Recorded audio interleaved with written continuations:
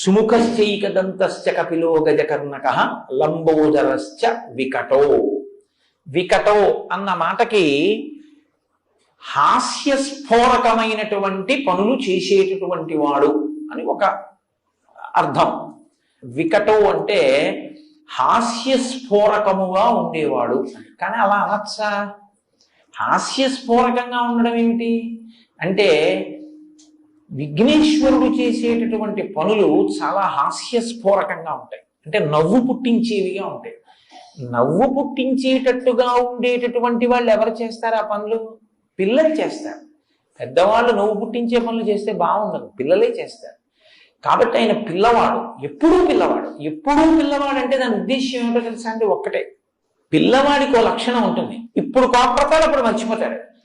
అలా భక్తుల మీద కోపమే పెట్టుకోకుండా చేసిన దోషానికి శిక్షించి మళ్ళీ వెంటనే అనుగ్రహించే స్వరూపం ఏదుందో, అందుకే మీకు వినాయకుడిలో ఉన్న గొప్పతనం ఏమిటో తెలుసా అండి?